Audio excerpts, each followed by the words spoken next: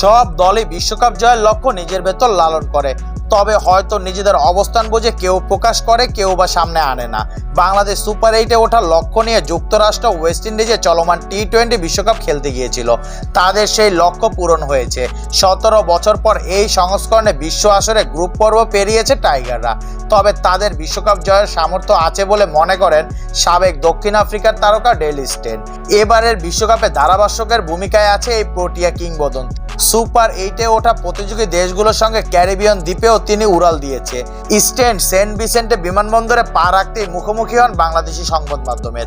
সেখানে বাংলাদেশের সম্ভাবনা ও গ্রুপ পর্বের পারফরমেন্স নিয়ে জানতে চাওয়া হয় সাবেক প্রোটিয়া পেসারের কাছে। বিভিন্ন প্রশ্নের এক পর্যায়ে তিনি টাইগার পেসার তানজিম হাসান সাকিবকে নিয়ে মুগ্ধতার কথা জানান। টাইগারদের সামর্থ্য নিয়ে ডেল স্টেন বলেন, আমি মনে করি তাদের বিশ্বকাপ জয়ের সামর্থ্য আছে, তবে ব্যক্তিগতভাবে মনে করি তারা জিতবে না। আমি এক্ষেত্রে আরও 1 থেকে 2টি দলকে এগিয়ে রাখবো, তবে তাদেরও সুযোগ আছে। এটা ক্রিকেটের সৌন্দর্য। সেমিফাইনালে উঠে গেলে বাংলাদেশকে বিশ্বকাপ জয় থেকে মাত্র 2 ধাপ দূরে থাকবে। পিচ তাদের পক্ষে, যদি কন্ডিশন তাদের বোলারদের সহায়তা করে আর ভাগ্য পাশে থাকে। তাদের ফাস্ট বোলাররা সত্যি ভালো করছে, স্পিনাররা তো সবসময় ভালো করছে।